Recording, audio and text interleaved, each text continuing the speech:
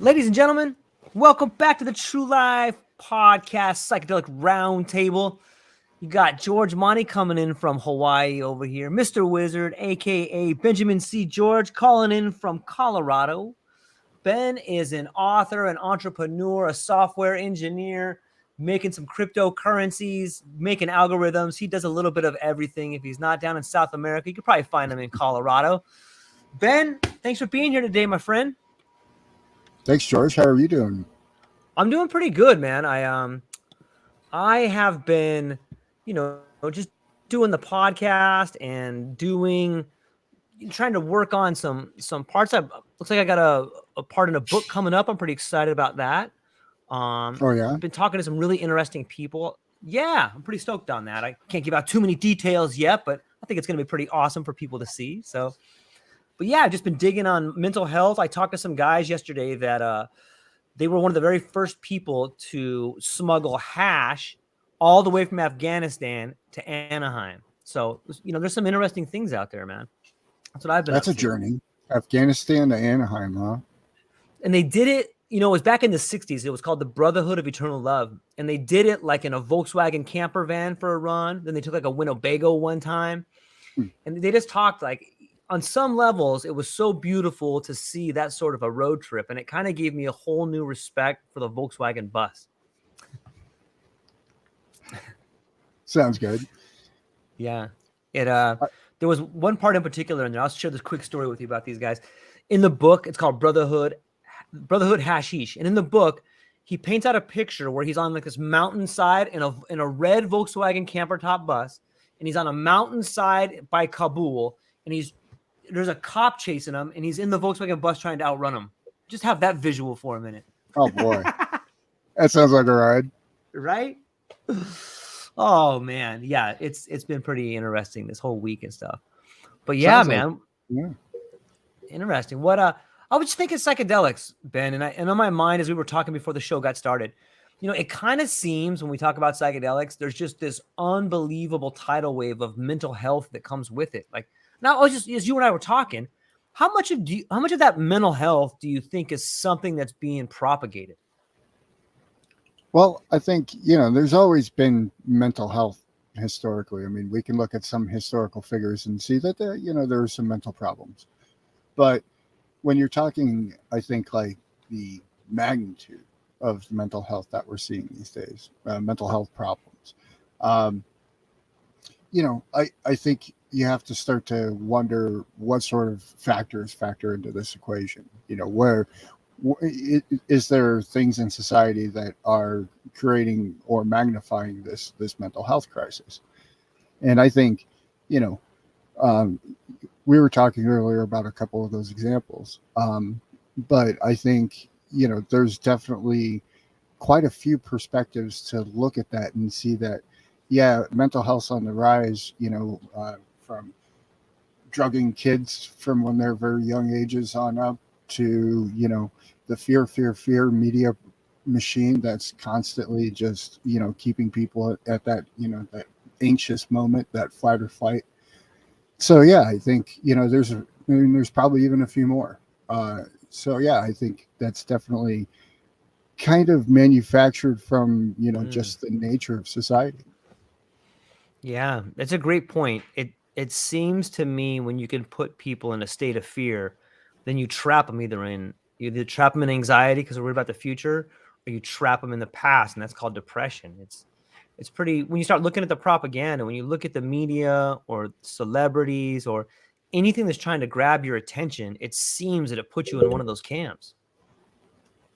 Yeah, it sure does. I mean, you can't open a newspaper, you can't go to a website, you can't look at the front page of YouTube without getting some form of, hey, look at the world that is crazy today. Be afraid, be afraid, be afraid, be afraid. And it's just consistent.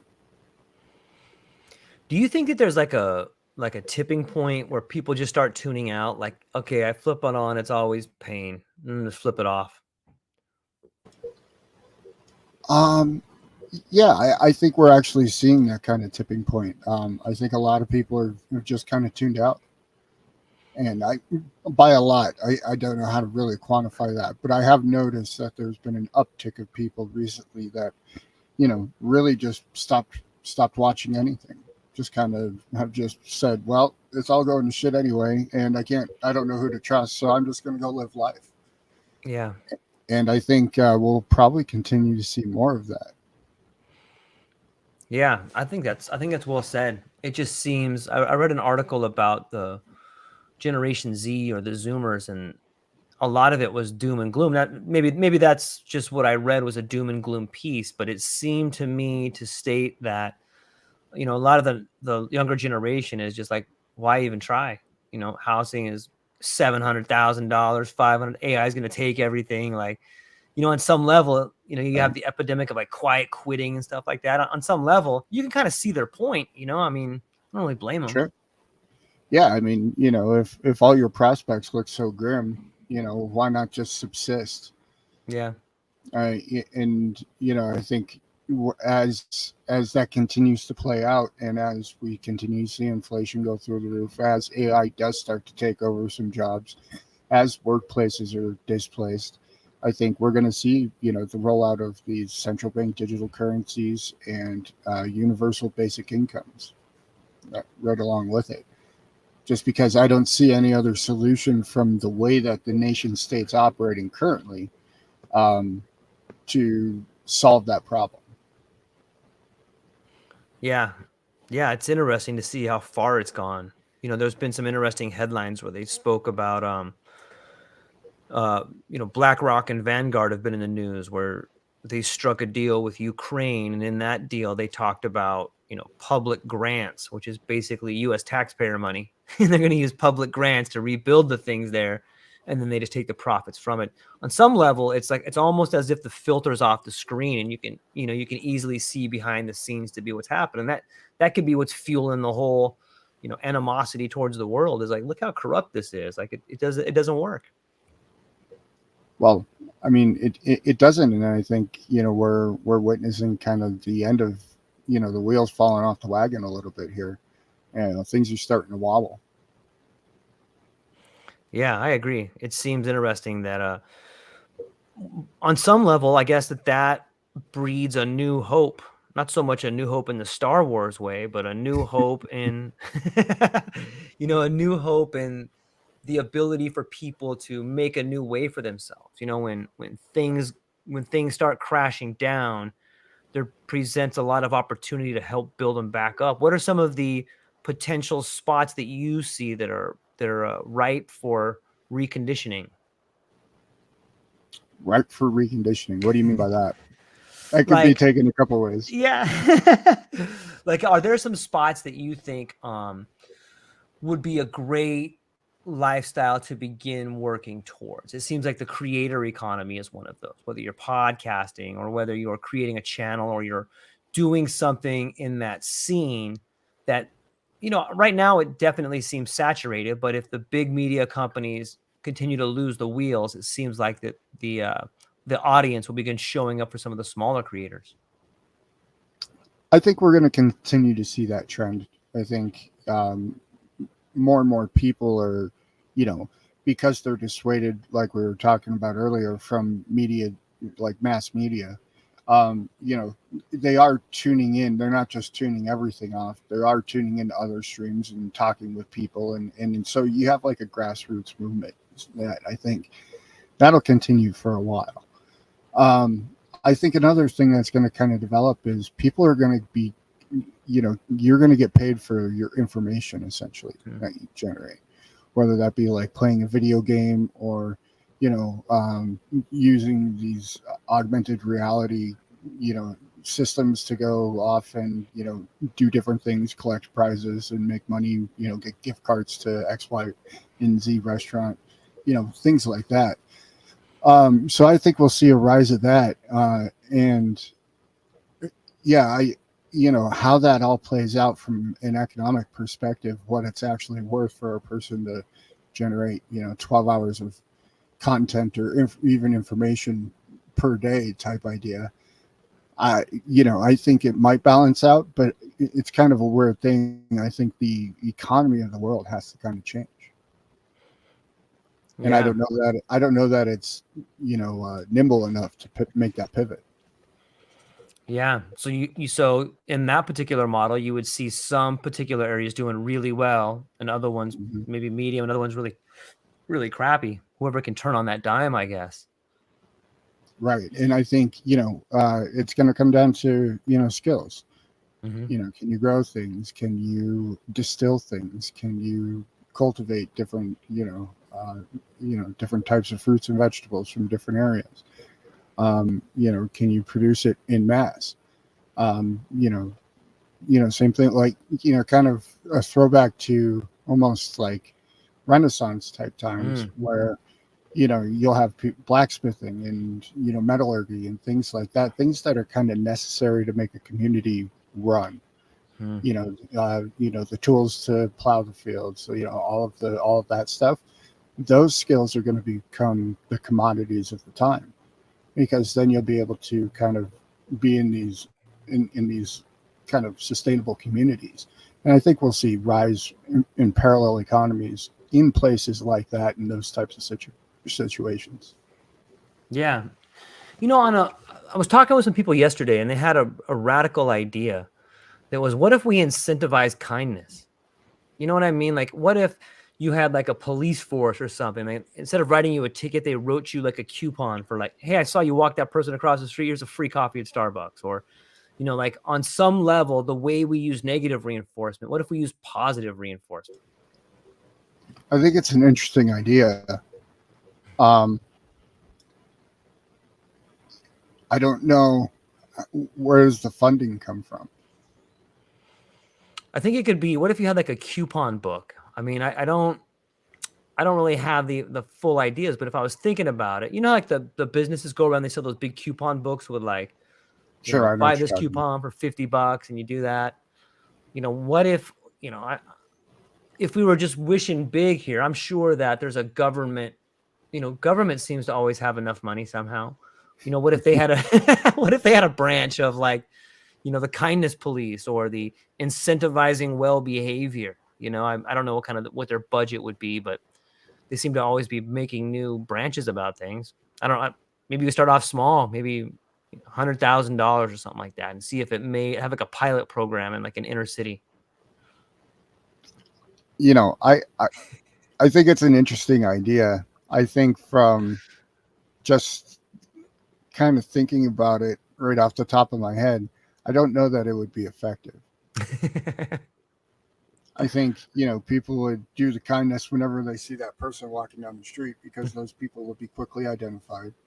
And it Right, would just be, like, okay, let's milk this for what we can milk it for, and then go back right. to just being, humans and doing what we were doing before.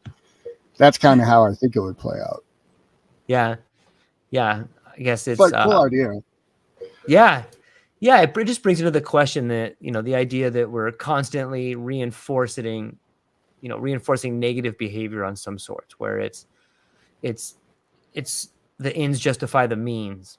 And I guess on some level, if you incentivize kindness, then you are, while you may be creating a better system, you're kind of, I don't know, it just seems like it would run counter to the business system in some ways. I don't know why I think that, but it seems like that. I mean, I guess I could see where you're coming from a little bit. Um, yeah, I don't know. I mean, if you could do it in mass and it was, maybe like you kick off some wave of kindness, but I wonder how fast, even if you were able to do that, the novelty of that would wear off. Mm, Because, just like everything else, people would kind of get used to it. And I don't, that initial wave might, it might take years to subside, but I think eventually it would subside. So even if you could get to that like critical mass type point, I'm not so sure that it would be sustainable. You need a yeah. new gimmick every few years. Right. Right. Yeah. It's an interesting concept. Some of the people were talking about, I was talking to a guy yesterday and he was talking about trying to find ways to kind of democratize likes and stuff. And the example he used was that if you go on Instagram, I think Ellen DeGeneres is like the number 1 or number 2 influencer. She gets paid, 6,000 or 9,000 per post. Mm-hmm. What if there was a way to sort of rally up, 10,000 people on Instagram and then go around and find somebody and everybody like that person and let them be an influencer for, I don't know, a month or 2 months and let them make like $1,000 every post. It's an interesting idea to try to get a wave of people and then let them be the follower. I guess they do that with bots already, but I mean, it would be interesting to try to do it with people, right? Yeah, they make it harder and harder to do it with bots these days, but it still happens for sure.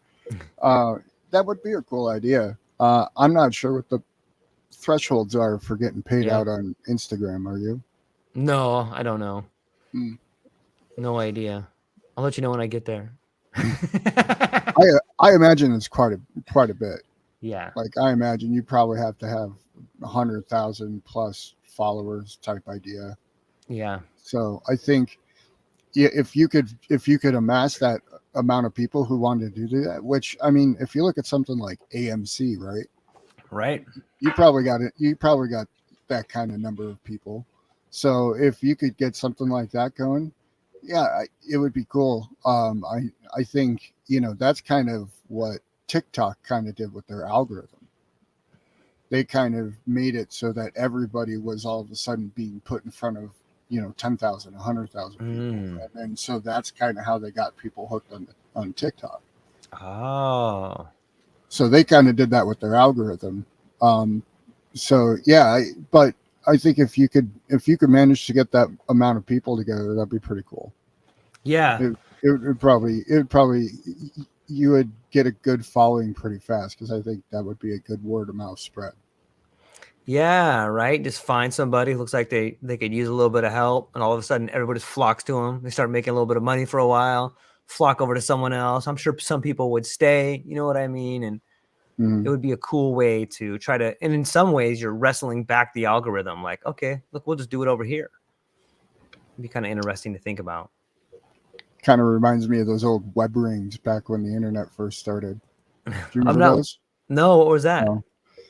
So, you would make these HTML pages, and then you would join these web rings where, people would click and they would go to the next website in the web ring. And so your website was in the web ring type idea. That's pretty old epic. time. Yeah, it's old school, man. Yeah, I think it's interesting to think about just of the ideas that are out there. It seems to me that the revolutionary ideas aren't necessarily like a fresh, new, original idea. They're just the pasting back together of an old idea in like a different format, So, yeah, nothing new under the sun. Yeah, exactly. It just it's. I guess we'll see it. I guess the change is happening pretty fast. I see it happening all around, to myself, to everybody. And sometimes I think to myself, the things that are happening to me are just a symptom that's happening to everybody. Do you ever look at it that way? Like you see the things that happen to you, and then you start taking a big picture look, and you're like, it's not just me. It's happening to everybody. Mm. Well, yeah, I think we're reaching the point of systemic failure. Mm-hmm. And I think that's how that looks. When you pan back, I mean, the cracks are just getting bigger, and people are falling through them faster and faster. Yeah, I think so too. I'm a big believer in trying to stand firm and fight for what you believe in, and stand up to authority, even when it's difficult. And it's tough to do it, but I think it makes you better. And I think in the long run, the examples you set for yourself and your family are, the examples that you give them or you show to them are the things you do in your life. And it's hard sometimes, man. It's hard to make the tough decisions to leave things, or it's difficult to make the decisions when you got to choose between feeding your family or being uncertain. What's your take on doing something like that? Well, I mean, it's pretty much been kind of part and parcel to most of my life. I've done a lot of things where I got to the point where I was successful enough that I felt that, I learned it or I mastered it or whatever, and I moved on.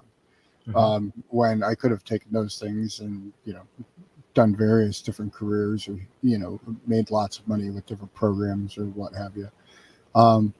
But yeah, I was always, I always chose the experience and the new learning opportunities and that constant state of learning, as opposed to any sort of like accumulation of wealth type idea. And I think, it's important to make those choices that kind of, allow you to kind of express your freedom of choice in the world. Without that, I think you end up kind of just a cog in the system. And, people look around and they realize they're just a cog in the system.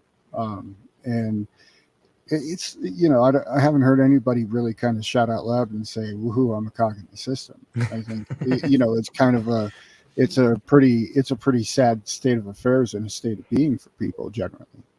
So, yeah, I think, and that's one of the ways that you break yourself free from being a cog in that system is to make those types of choices. Yeah, it seems that the fertile soil for growth is the growth of uncertainty. It's when you're out of your comfort zone is when you do the most, when you have to change. Let's be honest, if you're comfortable, you don't have to change. You just continue to do the same thing you're doing, and in doing so, you cut off the rest of the world from opportunity. And so it's about making the difficult choices with some discernment, but making the difficult choices, believing in yourself, and then pushing it forward. Necessity is the mother of invention or innovation. Yeah. And repetition is the mother of skill. So I guess the more you do it, the better you get at it. Indeed. Yeah. So I've been looking, I've been seeing, as I've been talking a little bit to different people in the psychedelic field, I'm starting to see like this new sort of, we've seen a lot of the, the treatment centers coming up, and we've seen a lot of some schools showing up and stuff, but I'm starting to see like this sort of parallel branching where they having psychedelics for women and psychedelics for men. And I can't really speak to the idea of psychedelics for women because I'm not one, but our friend Jason, he's working on a psychedelic men's group where they talk about masculinity. And I'm getting ready to talk to some interesting women who have written some books. One book in particular is called The Psilocybin Handbook for Women. And it goes into how the psychedelics work on men, on women. And it's kind of a fascinating thing to start thinking about, how like, yeah, it does work different on us. How does it work? Does it optimize? Or you got any thoughts on that? Yeah, well, I've done a couple of experiments with women, but it's mostly been men with like psychedelics and, human performance and things like that. So I think, I think there's similar capacities at some level, but I think the actual like experience, especially when you're first getting attenuated to it, I think that's quite a bit different, at least from conversations I've had. So I could definitely see some benefit from kind of splitting it off. And I mean, then you could kind of take it into, the feminine, masculine, and, nurturing those things and reconnecting those things and stuff like that. So yeah, I think there could be some serious value there for quite a few people. Yeah, it should be interesting to see. Another, I was talking to a younger guy from Serbia who's starting to write on the topic of using psychedelics layered with performance enhancing drugs, like testosterone and psychedelics versus, there's all kinds of SARMs, which are like selective androgen receptor modules or something along those lines, but they all provide more oxygen to the muscles, all that kind of stuff. So I think that there's an avenue there. I'm looking forward to seeing that. We've already seen Aaron Rodgers come out and talk about using psychedelics. And I think it's I think you're going to start to see a move towards those two things, psychedelics and performance enhancing drugs. I think we're going to start seeing a lot more of that. What's your thoughts on that? I think if you do enough mushrooms, you don't need the performance enhancing drugs, but just personal opinion. No, I think you're right. I think we're going to see definitely, basically everything in the psychedelic space Mhm. is going to touch anything that's related to psychedelics and humans. I think we're going to see an explosion in all of those different industries. Yeah. Yeah, there's some really interesting stuff coming around the corner. What do you think about I was talking to another gentleman who's working on gaming and DMT. And in our conversation came up the idea of would you take a psychedelic to become part of the game? Like what if you could go and you get the newest game and then you take a psychedelic and you can merge with that game? Would you be interested in a game like that? I'm going to have to say no off the top of my head. Why not? Merging with a game doesn't sound. I think I've seen too many sci-fi movies. Okay, what if you didn't merge with it, but you took a psychedelic to help prepare your brain to be immersed in it?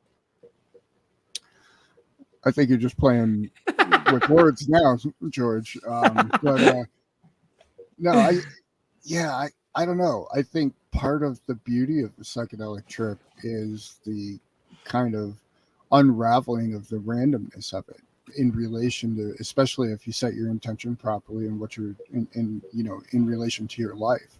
Right.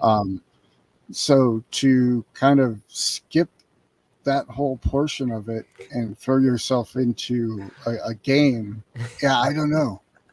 I'm not sold. All right. Fair Say enough. it that way. Yeah, I'm with you. Would you? I think I would try it. I think I would try it if I might try it. Yeah. I don't I hear what you're saying though. Like there's a lot going on the unfolding consciousness in front of you. And if you're seeing all these trails and stuff like that, especially on a really deep trip, or if you take a pretty high dose, it's tough enough to try to find your way in the dreamlike state that you're in. I don't know how you would focus or even understand that you're playing a game if you were under like a really high dose. Mm-hmm. And you're right. Like when I think of merging, I mean, I think of the Matrix. I don't want to merge with the Matrix, man. I don't want to be stuck in there forever. But then I think like, well, it's kind of nice to take like a low dose of MDMA and go to a concert, or like a museum dose of mushrooms and go check out a museum or something like that. So maybe on a small dose, one where like just where you turn the lights on, where you could like, kind of vibe with it a little bit better, and that might make the game like if the game was programmed to have like little shadow guys running in the peripheral, you know what I mean by that? Then you could see those kind of people.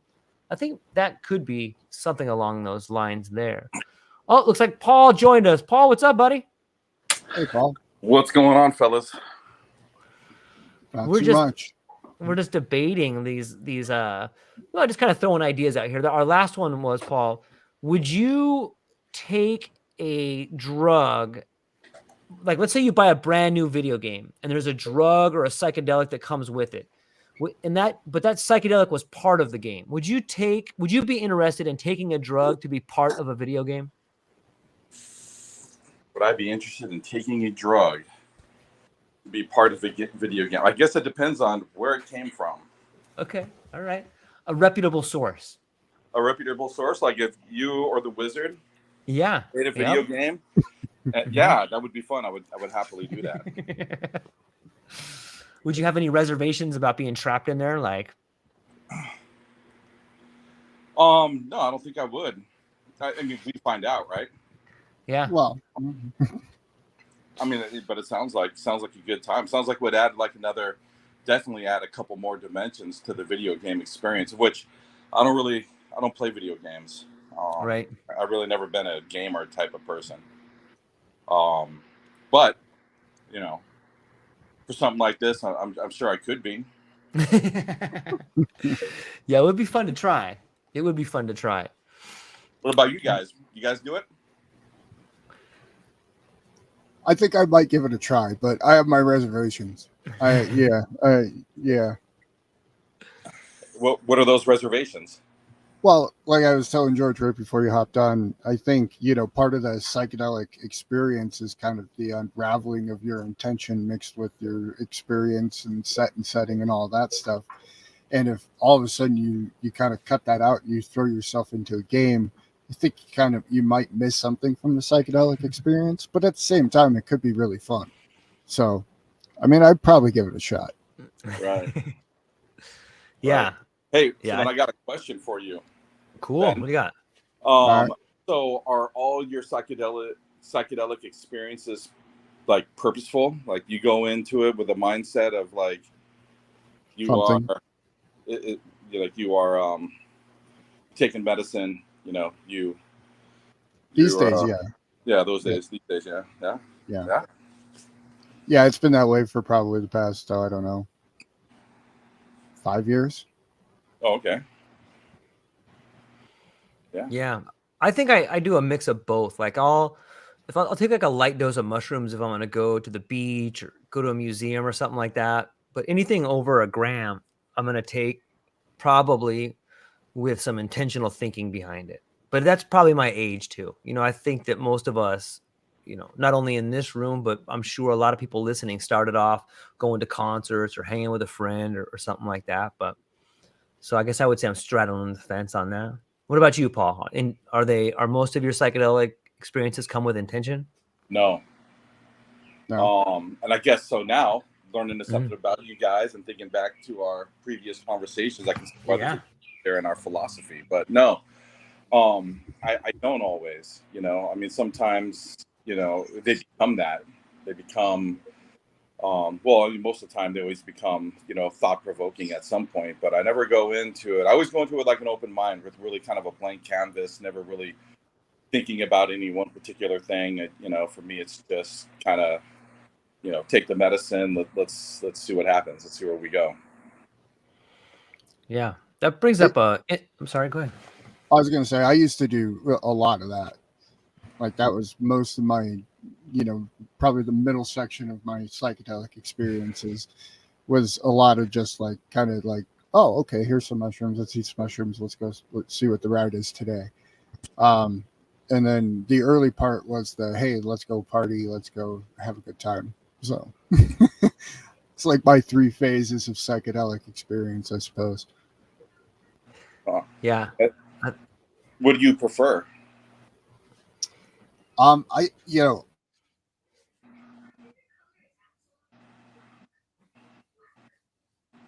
Prefers like stuck in the Twilight Zone. Yeah. I think he paused on it. Oh, he's back. Yeah, he's back. Am I back? All right. Back.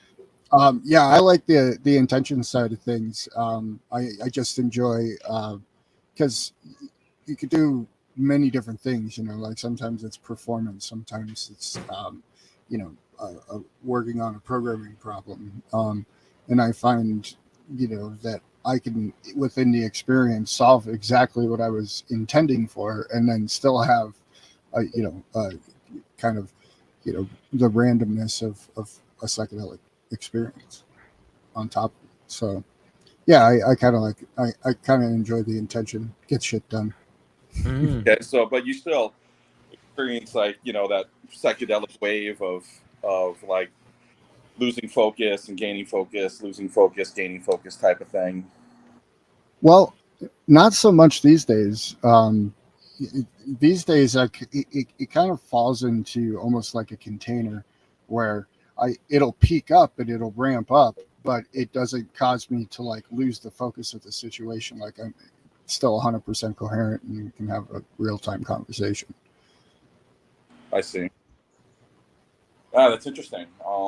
Yeah, because I would think that at some point, like I get into these periods of, and I guess it depends on dosage. Sure. Yeah, it's gonna depend. Where I'm, where I can really focus on something, and then my brain will wander for what seems like maybe a few seconds, might be even 15, 20 minutes, but then you kind of bring it back, right? Bring it back, like okay, I'm focused again. Like this, it's kind of what I was thinking about, or who I was talking to, or what I was doing, or whatever. But for me, it seems to be some sort of like there seems to be a pretty regular cycle to it. Yeah, I've not tried to discipline myself in the way that you guys have with, trying to, kind of maintain at least some mental control, like to be, to be able to, at least, whether it's in my mind or having a conversation with somebody, to just kind of, like continuously be on the same thing. It's like it's like just working out any other muscle. The more and more you do it, the easier and more capable you become at it. Yeah. Well, I guess I would have to actually try doing that.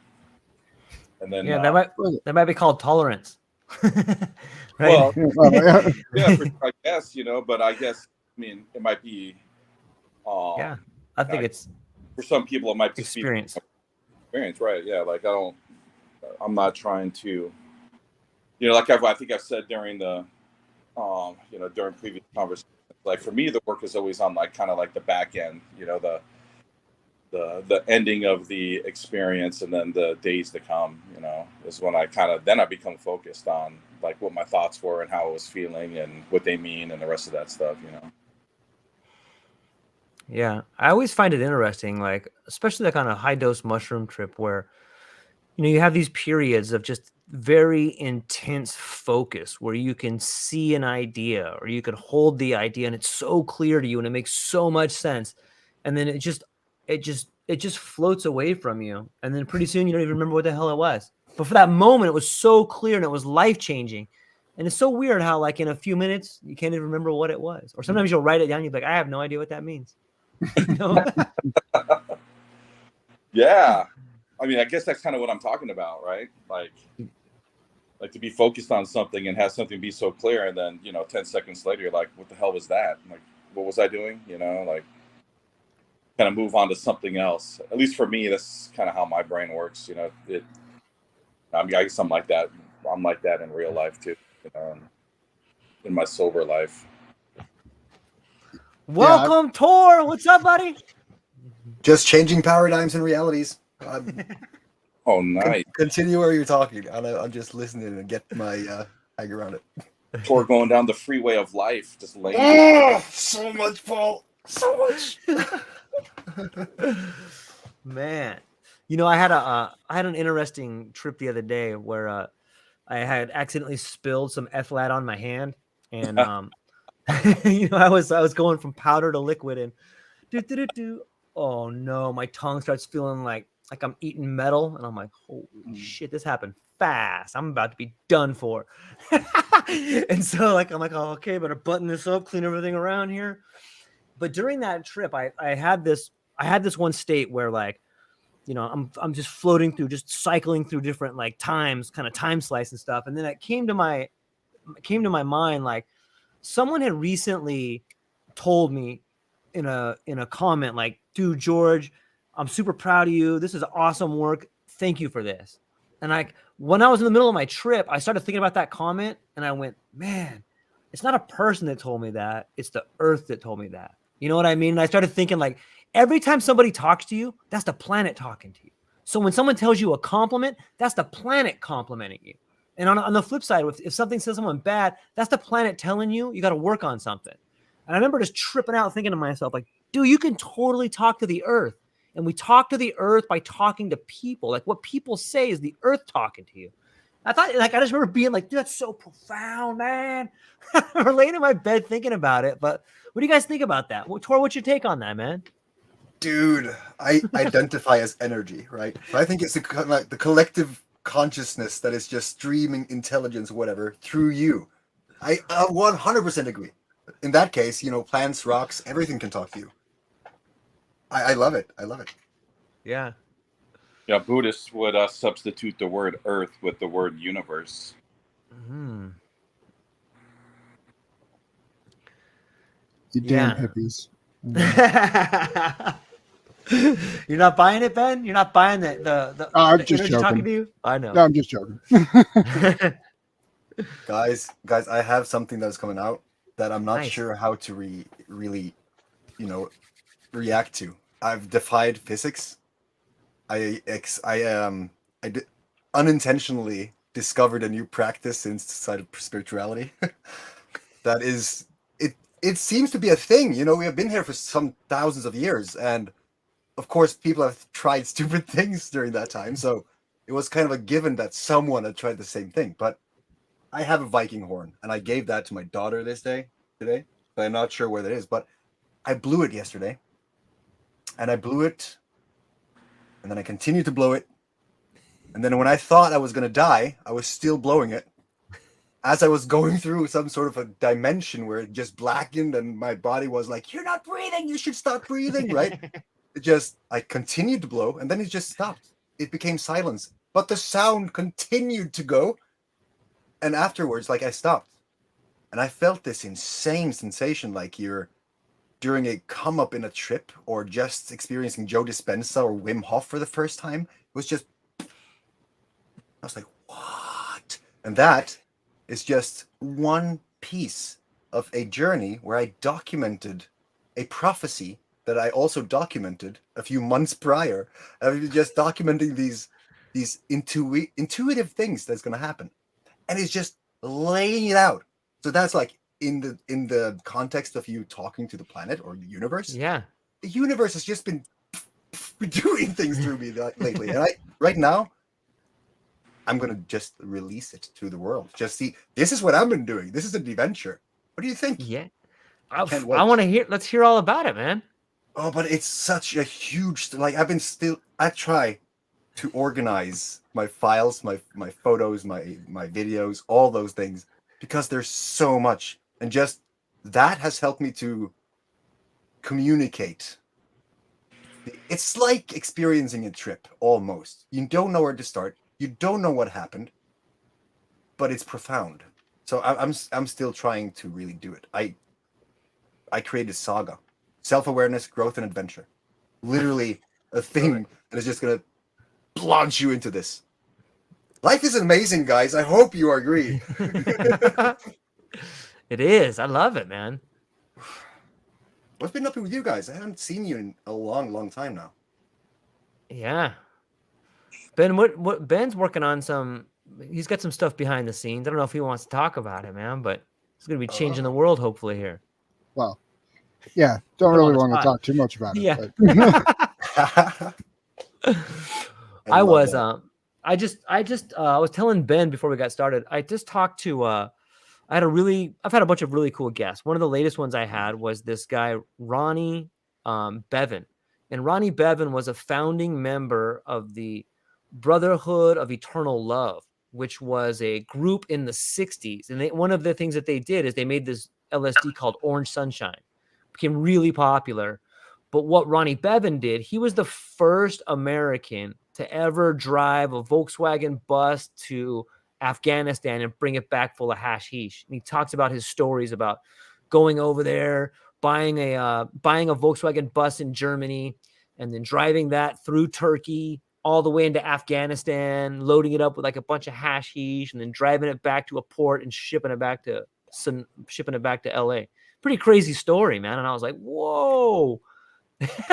That's an adventure. Holy shit. Right. That's Saga right there, right? That is Saga. That is exactly the essence of Saga. Yes. Wow. So, Dude. yeah, it was pretty interesting. Who else have I been talking to? I've been talking to, well, Paul, what do you got going on over there in Maui, man? You got some cool stuff going on, don't you? I'm just kind of the same stuff. I've just been, I recently purchased my farm that I've been leasing for 10 years. Awesome. And, we're just kind of making some changes with that. And, some interesting stuff with water and Kuleana water rights, especially. And, just trying to, turn a fairly large piece of property into something that's workable, sustainable, and beneficial for the community. Dude, can I ask you a question, Paul? Yeah. How many people are on Maui? Probably about 140,000 people, but there could be, with tourists, it's like double that, right? Yeah, you have this weird ass name for a huge mountain there. Say that again? Haleakala. That's the one. You know, I have a client. No, a friend. Legacy 4. I don't know what to call her actually. But she's now ended up on Maui, just following her saga. Love it. Also, I have 3 words that I invented that I want to share with you guys. Yeah. I love it's insane. But she's on Maui, and I hear that Oprah Winfrey has a estate on Maui. Yeah. Yeah. Yeah. So my On idea. Haleakala. Yeah. Oh, my idea. First, I asked, "Is it possible to wingsuit into that estate?" And she was like, "What? Why? Why?" I was like, "Just keep my options open, right?" But then I was like, "Okay, listen to me now. If you have an idea, and she wants to create this yoga, creative, like artistic, very unique kind of yoga thing on Maui." And Okay. as far as she's seen, there's not a lot of those things there. So if she created something that was amazing, and Oprah Winfrey is on the island and hears about this, the odds are pretty big that she's going to just step into this yoga studio and then just check it out, right? So I said, Does listen, Oprah do yoga? I don't know. Maybe she'll start because this thing is new, right? So I'm just planting seeds in this in her head, right?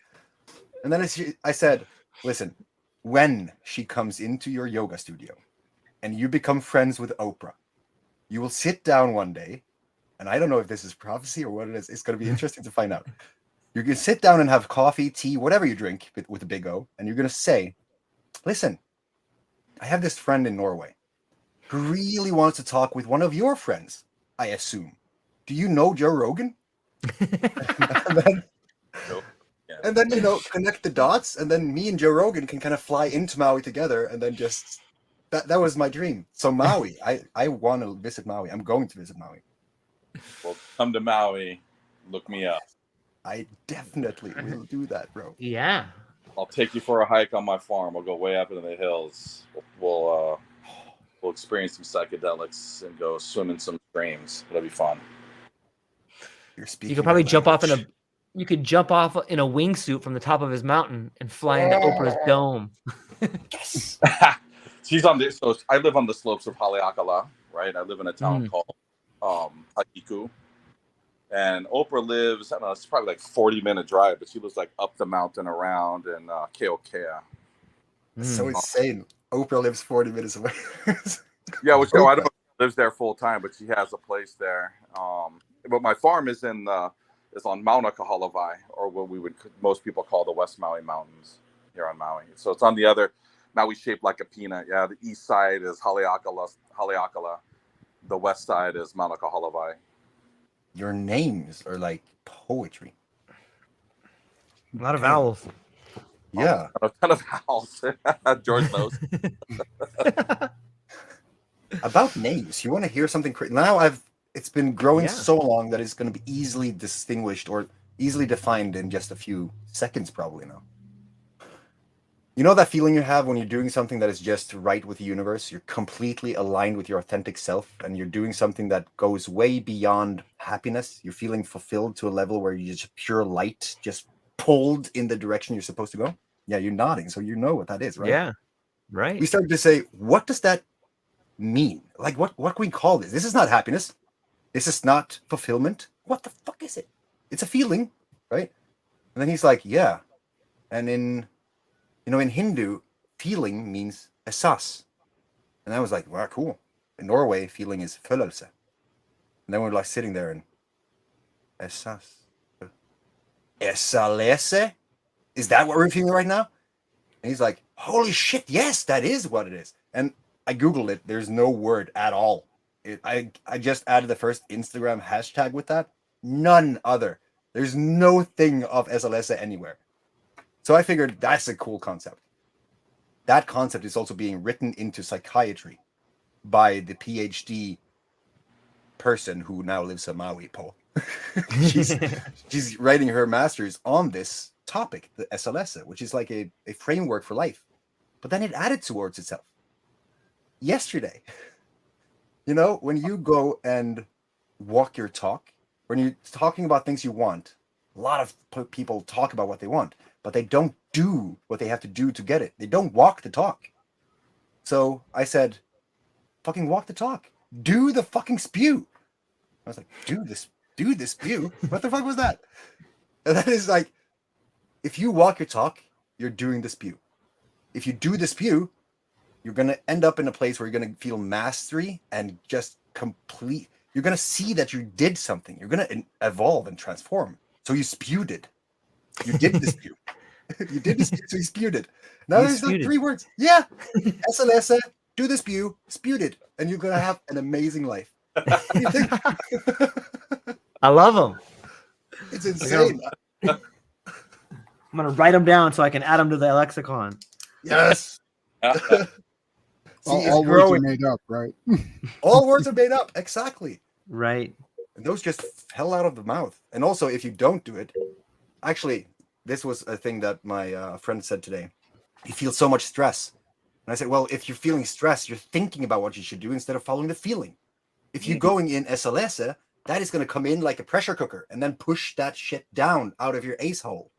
So I said ace hole because I thought too quickly, but there was like, actually, that has a ring to it. The ace hole. Right. Everyone knows what that is, but it's something something new. Oh, life is amazing. Seems like a good way to dodge the YouTube censors. Right? Yeah. There you go. Agreed. Yeah. Agreed. Also, YouTube has been. I've been doing some things on YouTube lately that has been kicking off. That's Nice. also some. Yeah. Did you see the thing I posted? No, I think I posted it everywhere, except where we are hanging out. It was the prison from prison to purpose. How did magic mushrooms change my life? That sounds amazing. Yeah, the thumbnail is just like, oh yeah. AI, bro. And that's like not like just clicking a button and making AI do it for you. Using AI to just enhance your magic. So, what can I make in this? What about doing that, and then? So, Tor, I live a relatively boring life compared to you. I have just given you a fraction of the 3 last days. It's insane. Wow. I thought about more in the last 3 days than I thought about in the last 6 months. Yeah, they say that I have a zest for life, and I'm starting to see that. Yeah. Yeah. So I'm definitely coming to Maui, and we're going to do an experience. Yeah. I look forward to it. We'll have a good time. I guarantee it. Oh, I know we will. It's a given. Also, by the way, guys, I would love to talk with each and every one of you as much as I can. Yeah. Yeah. George, you and me, we talked the 11th of November, the 11/11/2022. That's right. That was the first tribe experience. That tribe experience changed everything. And now I'm arming up to do 50 grams of dried Smilanceata. Dried liberty caps, 50 grams. I've never seen anyone do that. Yeah. What do you think? What do you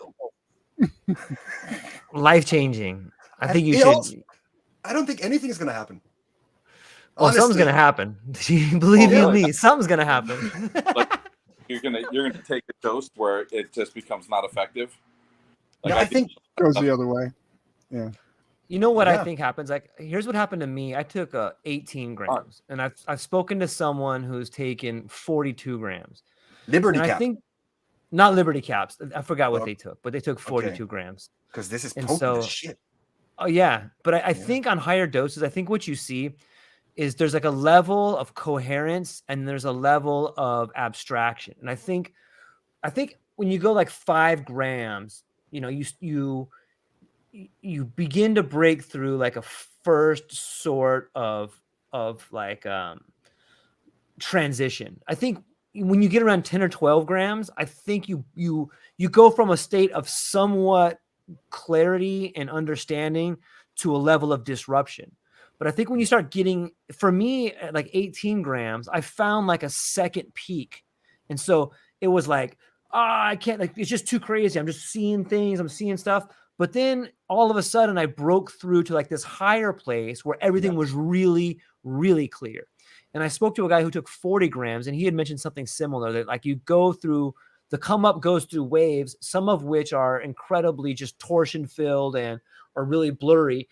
But then about, halfway through, you come onto ultra clarity peak where you're able to bring things back that you wouldn't be able to bring back at 10 grams or 5 grams. So I would be prepared to go through those different levels, some coherent, some filled with torsion and disruption, but then find yourself at an ultimate place where everything is really, really clear. Sounds like the ludicrous peak. Yeah. From the Yeah. Spaceballs. Wow. Dude, I love that. I think that you're onto something there because, and also I would love to hear what you guys think about this because Yeah. I drank a bottle of whiskey and I was not drunk. Mm. That was the first indicator that something is weird, right? Because everyone else was drooling, and I don't drink. I never drink alcohol. So Did you do a bunch of Coke before it? No, nothing. Just because I can drink a lot if I'm doing that. Yeah, I was just sitting there drinking and just having a good time. But the thing is, Saga, it's all about uncovering your authentic self, so that you are with no means behind a mask. You're not portraying anything to the world. You are exactly what they see. And when you know that, I think that the alcohol has no inhibition to remove, There's nothing the alcohol can do other than make you a little bit dizzy, maybe. So I've been doing these varying degrees of dosages within psychedelics, Liberty Cap specifically. And the last one, the first tribe experience was already an insane experience because we did quantum meditation that just, made physical things happen in my body. And the next one was 10 grams of Timilanceata in a group. Never done that. And that kind of just brought me home. But the other ones, they got fucked. One of them actually ended up in a mental ward. So I had to get him back out. And it turns out he just did not have the theory to the fucking driver's license. He just didn't know the concept of Christ consciousness. So, of course, he thought he was God. And we walked around proclaiming this in a toga. It was a very interesting time. But he got out quicker than any doctor had seen people recover from psychosis before. Psychosis. So after that, I just got more and more intrigued because every time I did higher doses, I was kind of the guide for other people. So they disrupted my flow, right? But every time it became more and more clear. I got more and more home. And the feeling that I had on the peak where I just felt everything was clear, that's what I have right now without the psychedelic effect. I don't have visuals, but I feel like I'm part of everything. I feel like I know exactly what to do in order to get to where I want to go. I know that everything is okay because I'm the universe exploring myself through myself, right? All that stuff. That's why I think maybe, and you guys are a witness, I will give you an address in case you don't hear from me again.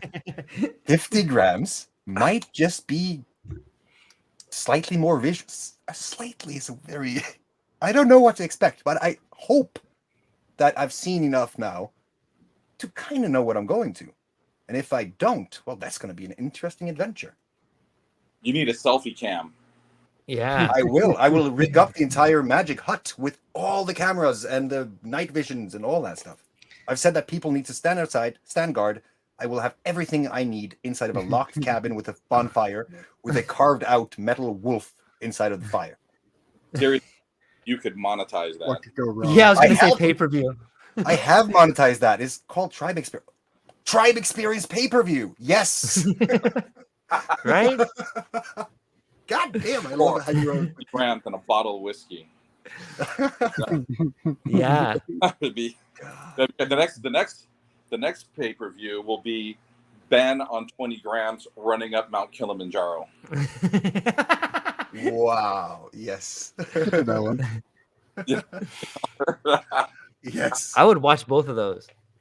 Right? Mark and Elon doesn't have anything on this. Just Yeah. like extreme psychedelics, the Extreme Psychedelics channel, right? Yep. That could be a thing. That should be a thing. What do you think? It should be a thing. Yeah. Yep. Like the limits of psychedelics, like no people have ever done before. Ben up Kilimanjaro. You got Tor 50 grams and I guess what sounds like a kind of a primitive, Viking hut. Yeah. And we could have I mean, that's another team following. I would definitely watch. I'll go along. I and would say- too. Yeah, I think it would be interesting to have a team of people like, so Tor is just taking 50 grams. We're gonna dress up like elves and run in there and see what he does. Tom hurting from the sideline, thinking right now. Totally, dude. Oh God, that would be interesting. He was never the We- same. right, one of us is a figment of your imagination. Which one? Right? Just, Chime in with questions, right? There's a oh my God. like, hey Tor. Yeah. What is the meaning of life, Tor? Seriously, tell us. You know, Oh, it's God. not unlike when the Romans would go and they would ask the three girls that stood in front of the crack where all like the smoke came up. You know what I mean? I forgot the name of Yeah. that, but like the oracle, they would go ask the oracle, but those girls would be so doped up on like the Yeah. fumes coming out of the earth that she would be in a heightened state and she would predict what was going to happen. So it wouldn't be unlike if you're on 50 grams of mushroom and someone's asking you a question. You might be coming up with, you might be sounding like Krishnamurti or something like that. You know, it's Dude, I did that on 12 grams. yeah. Yeah. I just, that was weird. That was the first time I did something big. I was trying to defeat my death. That's weird.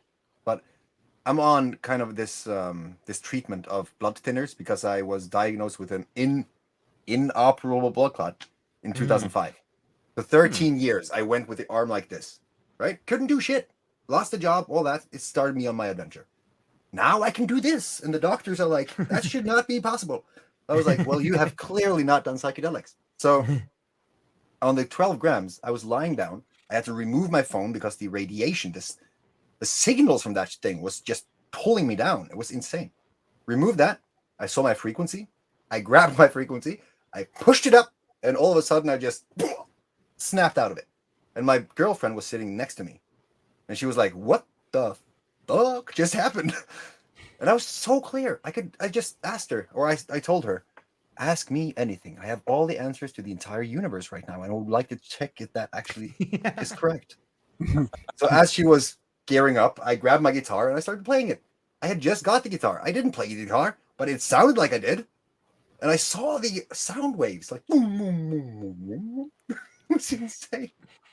And then I realized that I had taken 12 grams of dried Liberty Cap 3 hours before I was supposed to pick up my daughter in kindergarten, forgetting about the fact that she was about to do that. So I freaked the fuck out. It all turned out nicely, though. God damn, what an adventure. What an Man.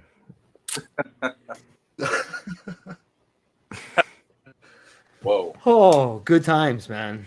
Good times. We're gonna have good times. So hey George. Yeah. What you got? So George, so I talked to you about your experience while, mixing, trying to,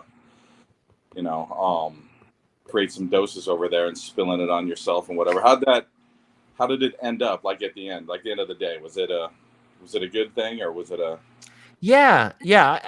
It wasn't like a really huge dose. I'm thankful that, but it was just enough to change the way in which I was thinking about things, and I think there's a difference in the awareness you get from mushrooms versus something like ethlat or LSD. And while one of them is much longer lasting, it seems that it doesn't really have the wave formation that psilocybin has. You know what I mean by waves, where it comes in and then it fades back out. It comes in and it fades back out. It seems that LSD is more of just like a kind of up and down. And there's definitely at least for me, there was more of an almost amphetamine type of high to it, where you had a lot of energy. In the beginning, like my heart started racing a little bit.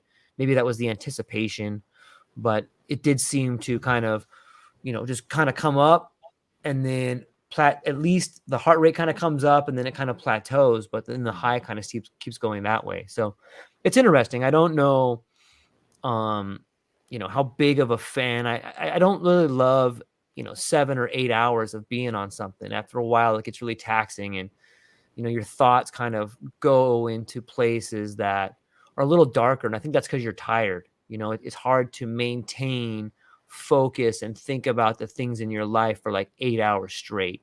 And then as you begin to grow tired, I think that your thought process tends to flow in a more negative direction, at least in my case. So I guess that would kind of be the difference between the two there. But ultimately, I think the next day, really clear-headed. I felt like the doors of perception had definitely been cleansed a little bit and able to see things more clearly and understand what I need to do. And so for me, that's always, I'm very fortunate that that's the way I usually end up. And maybe that's because I think we're all pretty hard on ourselves sometimes. And maybe part of being hard on yourself is being honest with yourself, sometimes to a fault. So sometimes being in a psychedelic state allows you to relax that a little bit. Like, hey, look, you're doing pretty damn good. So maybe take it easy on beating yourself up, or, hey, you got to start cleaning this thing, or you got to start working out. You got to start working out a little bit more. But it's those things that come into focus that help you on those trips. And I think that most psychedelics, according to the ones I've just spoken about, all do that for me. So, but yeah, I appreciate you asking, man. What's your take on the difference between the two, Paul? I mean, of any two different types of psychedelics, or the specific? Yeah, any kind. No. I mean, I would agree with you. Like LSD for me seems to be a little bit too long of a trip.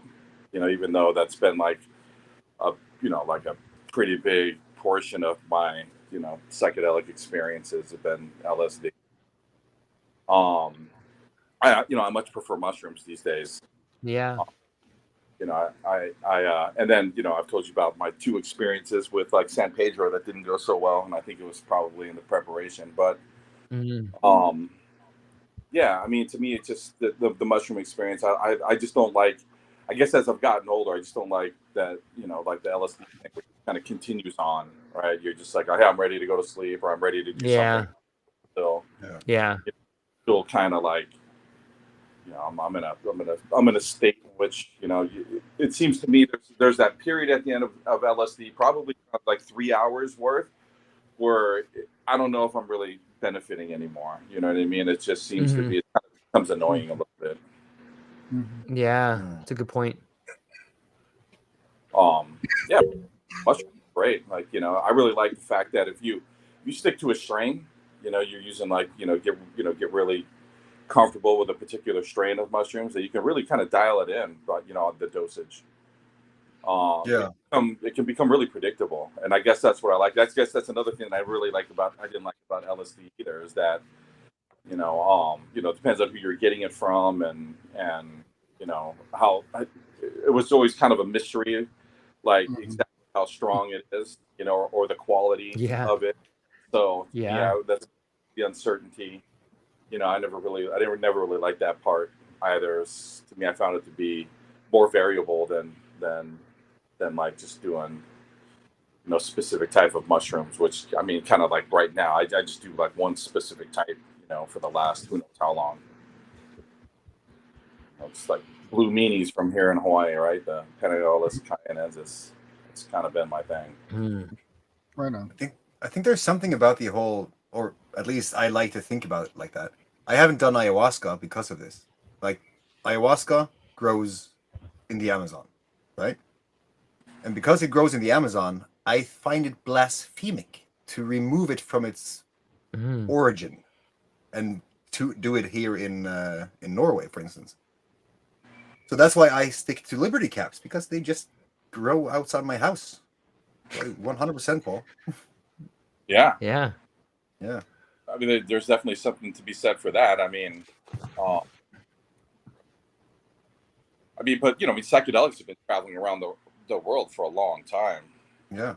Like if you go for instance, if you go like Southern California, there's people have, San Pedro growing all over the place. They have no idea what it is. People use it. It was a nursery plant, like decorative, and so people just started planting it. And now, like, I drive around Southern California when I'm there, and I look around, I'm just like, it's just enough freaking San Pedro here to get this whole fucking thing.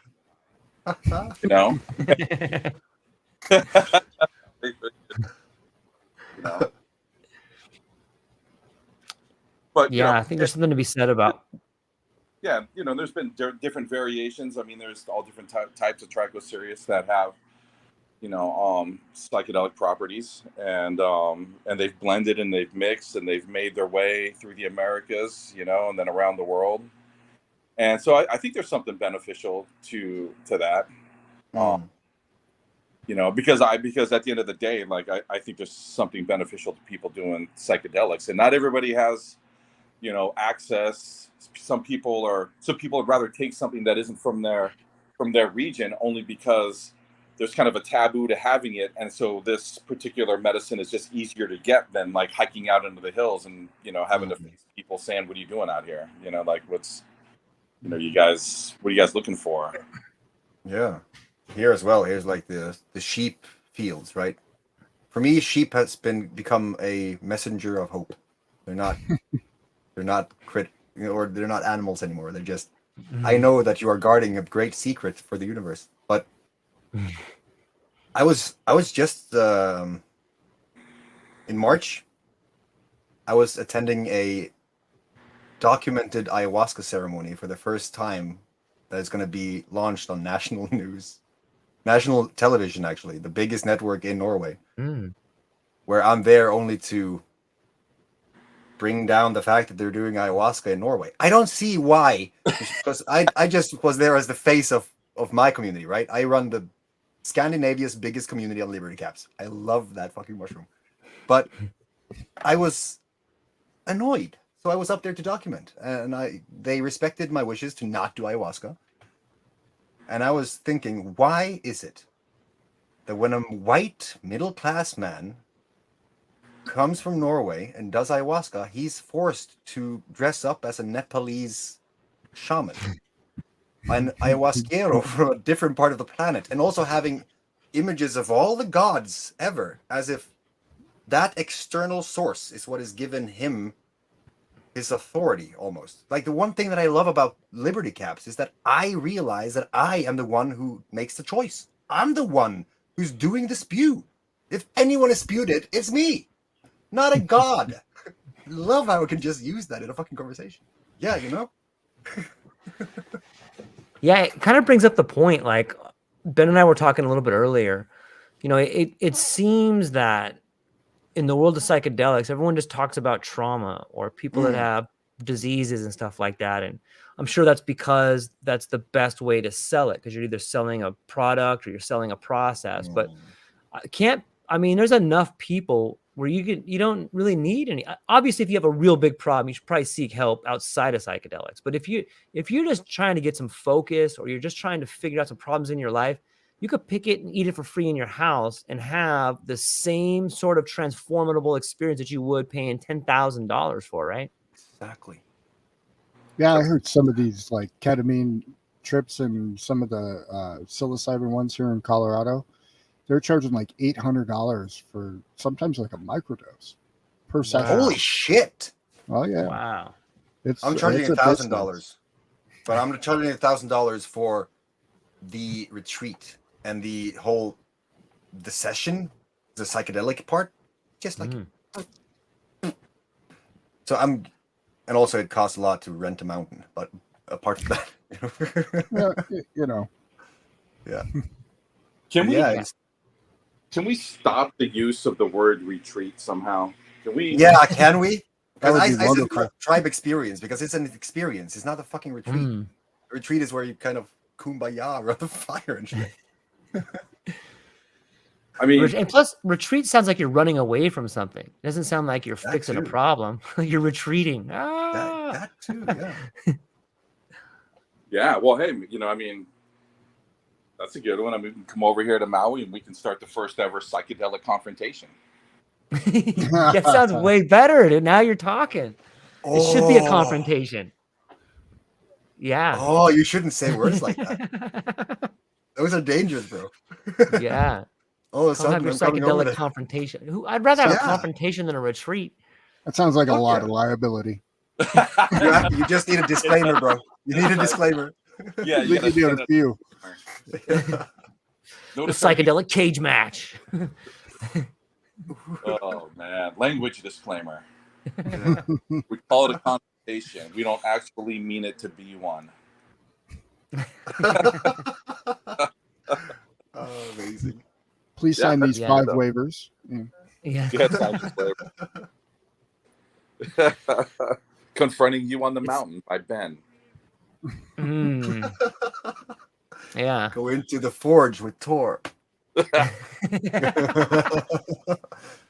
Oh, that too. That kind of came of all this psychedelics. The Legacy Forge sounds kind of cool, right? Yeah. Welcome. Step into The the Legacy Forge. Forge a legacy in Saga. what? As a legacy forger.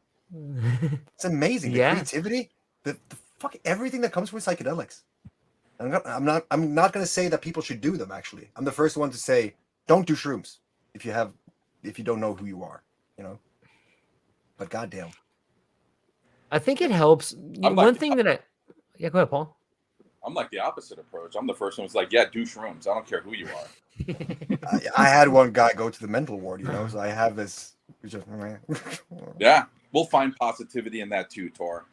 We did. He's doing great.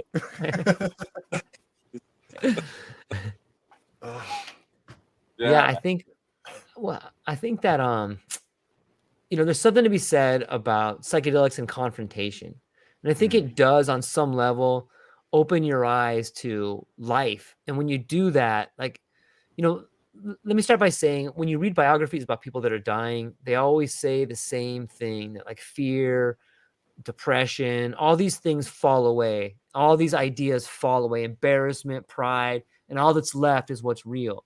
And I think on some level, that's what psychedelics do. Like they kind of erode the bullshit. And that when that's eroded a little bit, or the doors or perceptions are clean, however you want to say it, you have a little bit more courage in doing what you think is right for yourself. And you're like, you know what? Now is the time.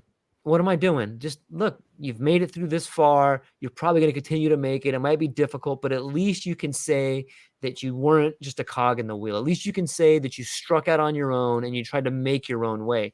And I think that is the confrontation part of it. Like you're just breaking down barriers. And when you take enough psychedelics, you learn like, what am I doing with my life, man? Why don't I do what I want to do? I've been doing this other thing for like 40 years. Why don't I try to do what I want to do? It can't be that much worse, right? It feels like the right thing to do. So, but I like that about the confrontation part. I think that's a great way to speak about it, Paul. When you face your fears, you're confronting them. Thus, you're having a psychedelic confrontation. Poetry. Nice spin, George. Nice spin.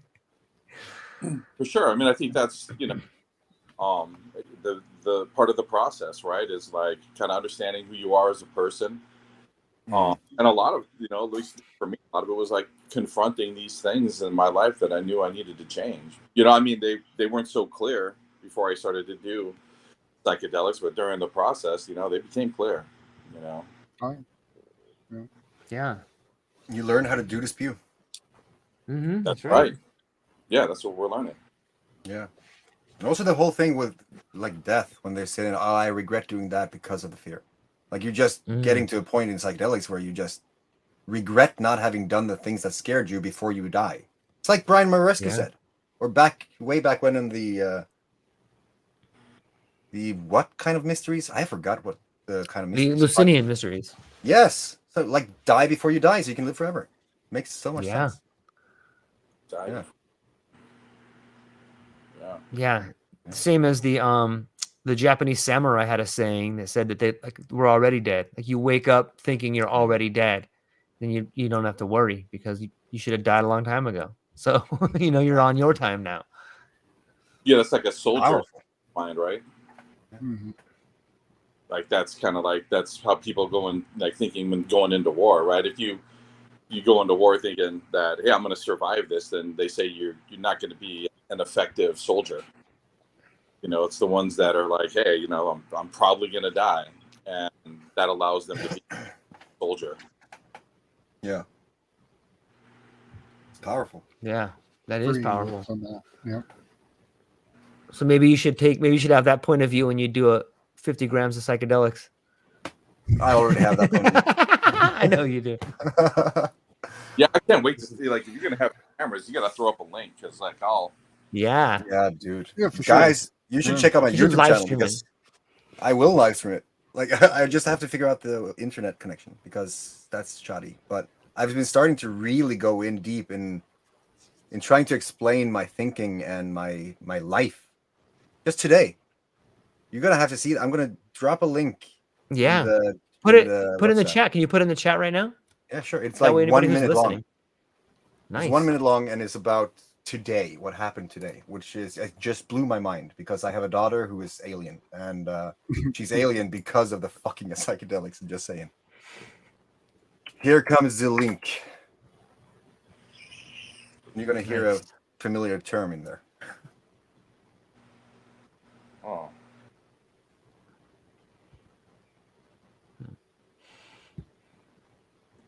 Oh.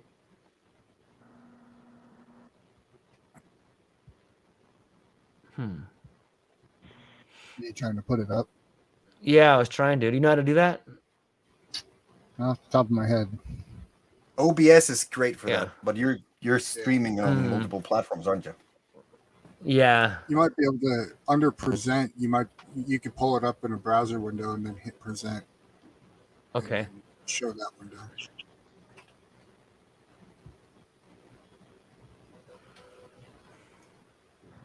Mm-hmm. Let's see.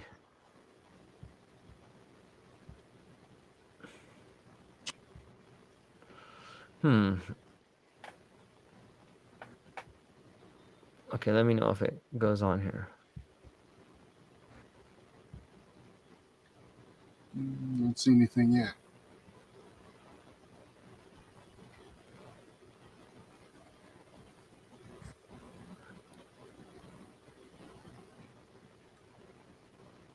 How about now? Freeze? No? Nope.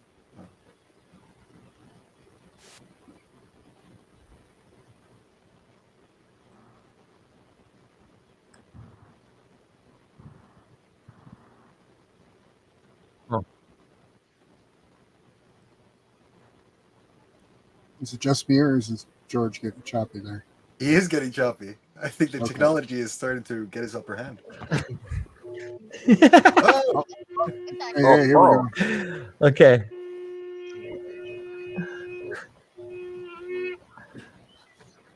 Okay, Judas, you.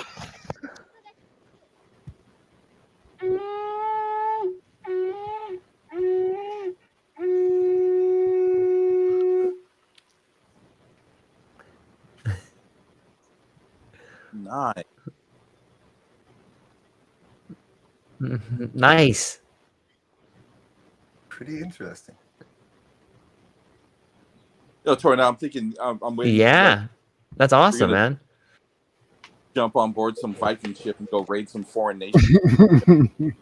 Bro, I'm building this psychedelic aided holistic personal development center, and it's going to be one of 9 around the world called Valhalla.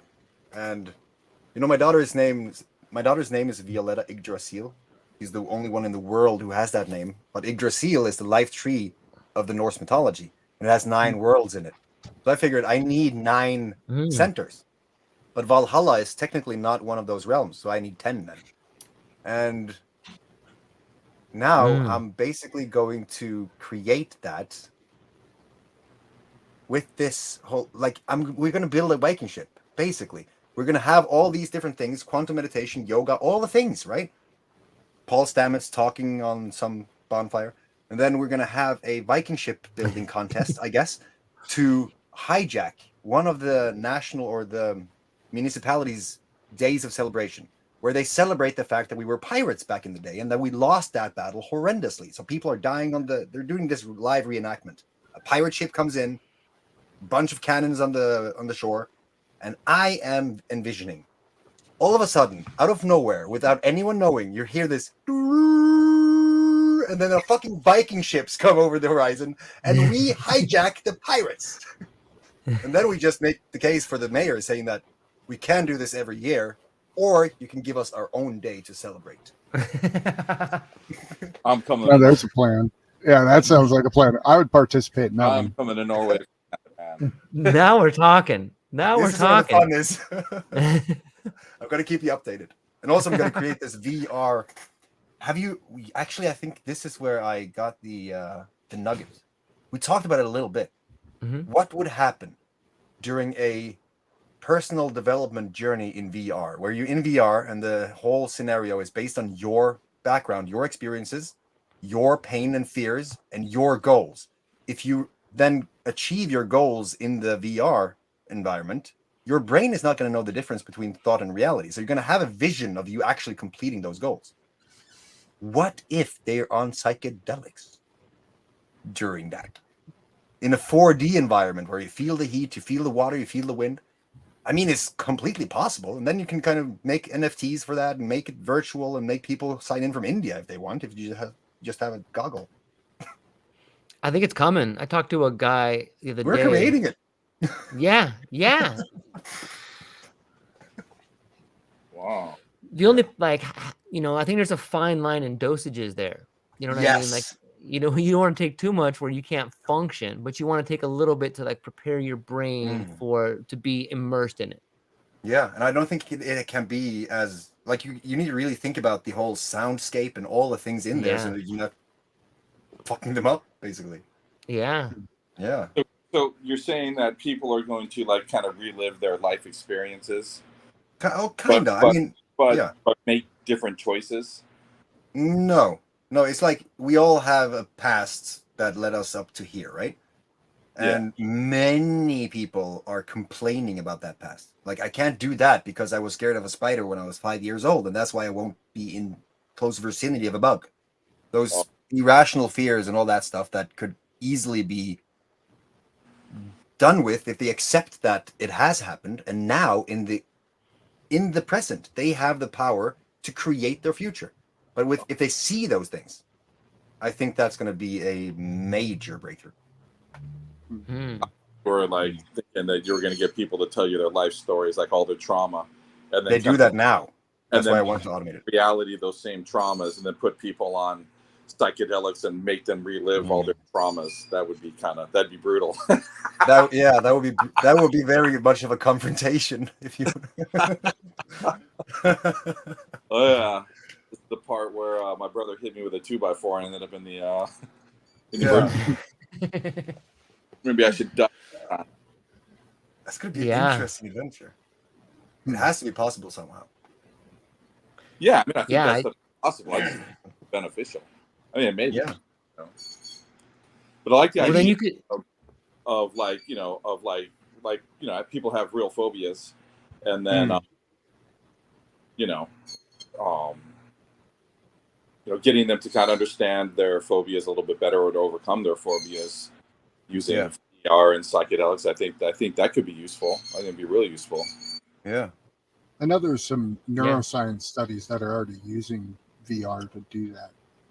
They're just not doing the psychedelic side of it yet. Or the gamified version of it through the Legacy Forge. Yeah. Also, sorry to just burst my thoughts on you guys, but I was thinking about genetically modifying a mushroom to remove bamboo from my property. Genetically modifying mushroom to remove bamboo.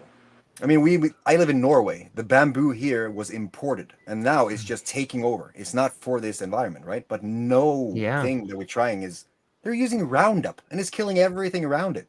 So I figured, with CRISPR Cas9, the fucking lab kit that anyone can get, wouldn't it be possible then to figure out what makes that freaking bamboo love life so much, and then engineer a mushroom that could kind of just target that thing, and then it's just going to rebalance the nature. Sounds like the beginning of a sci-fi. Sounds like the beginning of a sci-fi movie, right? Like you start off just doing the mushroom, but then somebody eats it, and then it goes in and edits their gene, and then they just start tearing down bamboo left and right. So you're using the mushrooms. Yeah, dude. The Last of Us is the fucking God, I haven't seen it, but I've seen previews for it. It looks really funny. I mean, you need to see it. You're gonna oh my God! Everyone who has ever done mushrooms and knows a little bit about the world needs to see that show. Right. It made me cry. Going back to that VR thing and people doing these types of research using virtual reality, but they haven't done it with psychedelics yet. I think, we should go through like ResearchGate and find a whole bunch of really cool, research papers, that people have conducted for years. And then we add psychedelics to them. We redo them, but with psychedelics. Yeah. And then that sounds amazing. Our own results. That sounds amazing. Yeah, See, that's I love that that's idea. stuff that I would never have thought about because I'm not. That's why I love sharing ideas with people who think differently or think more or have way different experiences and knowledge. Ben, I'm sure you can do some good stuff. Yeah. Oh yeah, for sure. Oh, yeah. Weren't you reading that sounds amazing. paper a day? Say what? Weren't you reading like a research paper a day? Usually multiple. Right. That's how I start my morning, is with coffee and then papers. Yeah. Well, I said a day. I didn't want to overstate. Yeah. Wow. What kind of research are you looking into? Depends on what I'm into at the time. Everything What are you into across now? the board from usually anything with like quantum physics, physics, and then anything having to do with like neuroscience, and like biology, longevity type stuff like that. Oh, Those we are need what to talk. Those are the papers I usually read currently. Yeah. That Nice. sounds amazing. They got It any does. papers on money? On money? Yeah. Just joking. Man. Well, I mean, I did happen to build something that's related to money, that makes money 24/7 and automated. So, but yeah, that's trade secrets. Spoken like a legacy fortune. Right. Yep. Gentlemen, my kid's giving me the eye over here, man. My time is up for today. But I always feel like we're just starting to get into some awesome things, right, when it's about time to go. But maybe that's the best time. Maybe it leaves people wanting a little bit more. So before I go, right. I love the idea on I can't wait to hear about the Legacy Forge a little bit more. We'll check out ResearchGate, some VR studies. And before I go, man, let me come around the horn. Ben, where can people find you, and what do you got coming up before I let you go? BenjaminCGeorge.com. Not too much coming out in the public, just kind of still working behind the scenes under the hood for a little while. Nice. Tor, what you got? Where can people find you? What do you got coming up? Such a huge question. Two things. Right? I've made it easy because you asked me that last time. Saga.torsapola.com. Join the adventure of your life because it is your life. And thelegacyforge.com, which is the free gate for the Legacy Forge, the community that is just full of people reshaping reality. It's a Discord server. It sounds a lot bigger, but it's a Discord server. That sounds awesome. Paul, what do you got coming up, buddy? Yeah, not a whole heck of a lot. Nothing's really changed since the last time we did this. I'm coming to you, Paul. Yep. I think a little bit changed, man. You got that land. It's like it's a lot of bit of change. Yeah. Yeah. Yeah. Sweet. Gentlemen, you can find me at the True Life Podcast. We'll be back next Sunday, hopefully. Got some great shows coming up for you today. But that's all I got for today. Ladies and gentlemen, hope you enjoyed the show. And hang up with the audience here. Thank you for everybody. Have an awesome afternoon. We'll see you soon.